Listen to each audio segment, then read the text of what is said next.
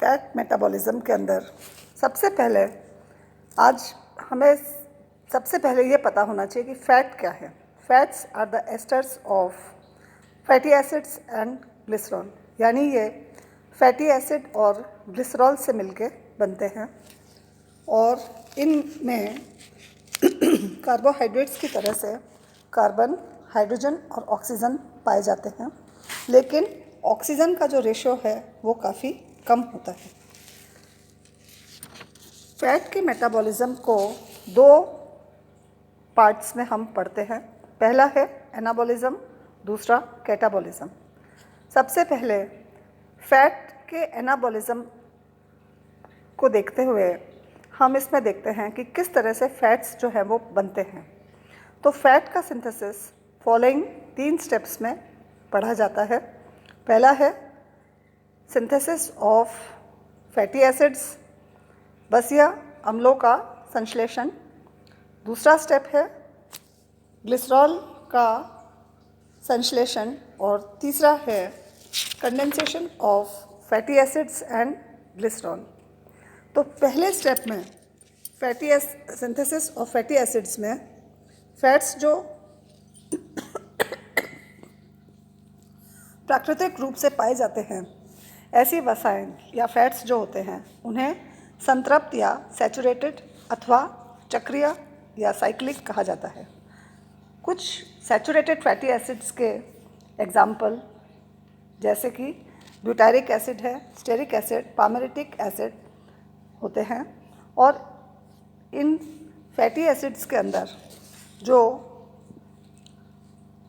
Natural way में जो fatty acids पाए जाते हैं वो वाटर में इनसॉल्युबल होते हैं। हालांकि इनके जो सोडियम और पोटेशियम सॉल्ट्स होते हैं वो सॉल्युबल होते हैं वाटर में, और इनमें कार्बन एटम्स की जो संख्या है वो नंबर ऑफ कार्बन एटम्स जो हैं वो 16 से 18 तक हो सकते हैं। ग्रीन जो एक साइंटिस्ट थे उन्होंने बताया कि फैटी एसिड्स के सिंथेसिस के लिए 2 एंजाइम कॉम्प्लेक्स और 5 cofactors ATP, manganese ions, biotin, NADPH और HCO3 इम्पॉर्टेंट होते हैं। और फैटी एसिड के लंबी चेन जो है वो 2 कार्बन वाले कंपाउंड एसिटाइल कोएंजाइम A से बनती है और इसके अंदर हर स्टेप में एसिटाइल कोएंजाइम A जो है वो जुड़ता चला जाता है।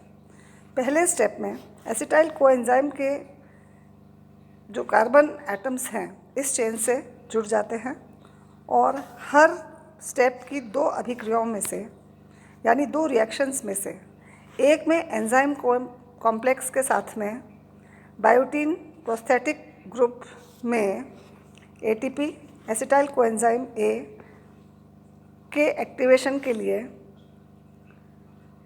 ऊर्जा प्रतिपूर्तिकर्ता रूप में तथा Mn++ और H बायोकार्बोनेट एंजाइम के कोफैक्टर रूप में भाग लेते हैं।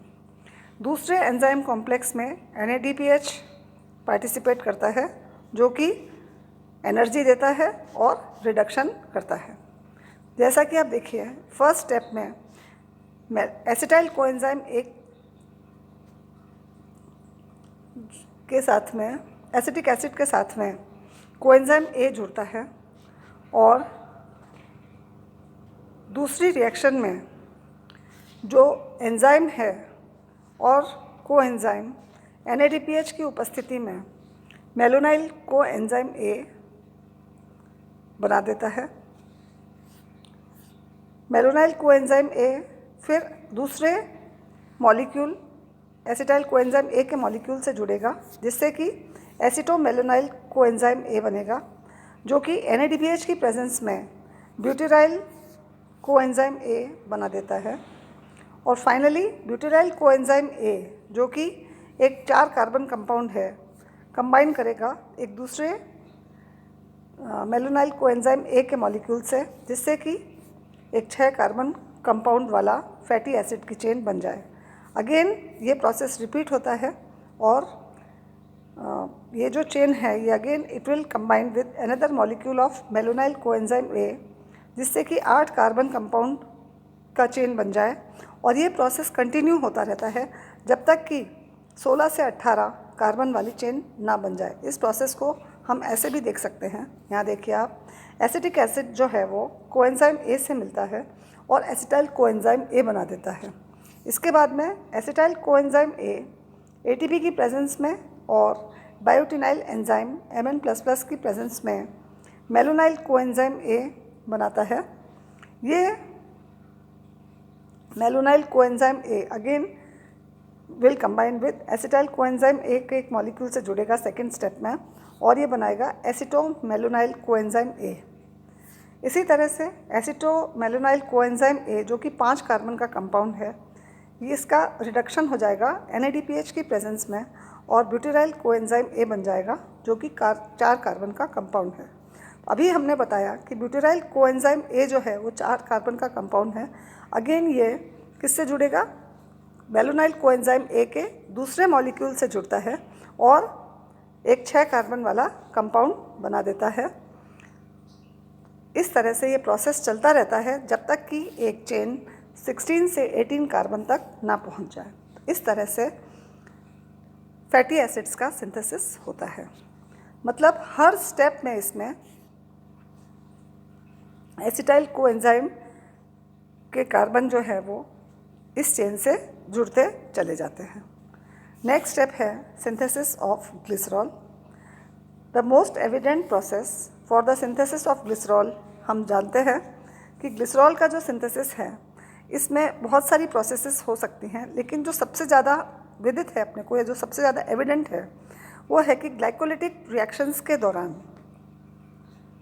डाईहाइड्रोक्सी एसीटोन फॉस्फेट जो है वो NADH की प्रेजेंस में ग्लिसरोफॉस्फेट में रिड्यूस हो जाता है। देखिए आप नीचे, फॉस्फोग्लिसरल्डिहाइड जो है वो डाईहाइड्रोक्सी एसीटोन फॉस्फेट बना रहा है जो कि अल्फा ग्लिसरोफॉस्फेट डिहाइड्रोजनेज एंजाइम की प्रेजेंस में और NADPH2 मॉलिक्यूल की प्रेजेंस में अल्फा ग्लिसरोफॉस्फेट में रिड्यूस हो जाता है।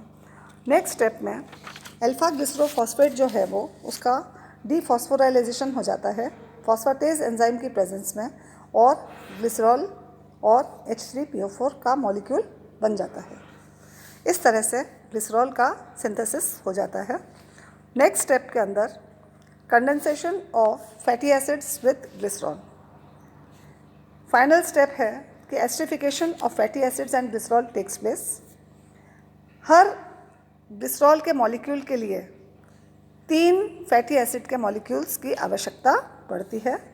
पहले स्टेप में देखिए, फैटी एसिड जो है वो कोएंजाइम ए के साथ में मिलकर के fatty acid coenzyme a complex बना देता है और नेक्स्ट स्टेप में ग्लिसरॉल का एक molecule plus 3 fatty acid coenzyme a complex के मॉलिक्यूल जो है वो ATP और मैग्नीशियम आयंस की प्रेजेंस में लिपिड और 3 कोएंजाइम ए के मॉलिक्यूल्स बना देते हैं।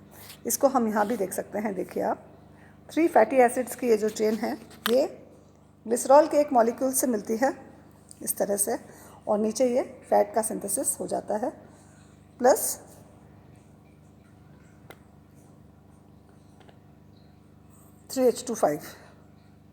3H2O है, सॉरी है। इस तरह से आप देखिए कि फैट्स के सिंथेसिस के अंदर या फैट के एनाबॉलिज्म में हम ये 3 स्टेप्स पढ़ते हैं। पहला है फैटी एसिड्स का सिंथेसिस, जिसमें कि हर स्टेप में एसिटाइल कोएंजाइम ए का मॉलिक्यूल जुड़ता चला जाता है और ये फैटी एसिड की चेन 16 से 18 कार्बन एटम्स की बन जानी चाहिए। दूसरा होता है ग्लिसरॉल का सिंथेसिस और तीसरा होता है इन दोनों का कंडेंसेशन। हर एक ग्लिसरॉल के मॉलिक्यूल के लिए 3 मॉलिक्यूल्स फैटी एसिड के ज़रूरी होते हैं, जिससे कि एक लिपिड या एक फैट का मॉलिक्यूल बनता है। यही है anabolism of fat. Thank you.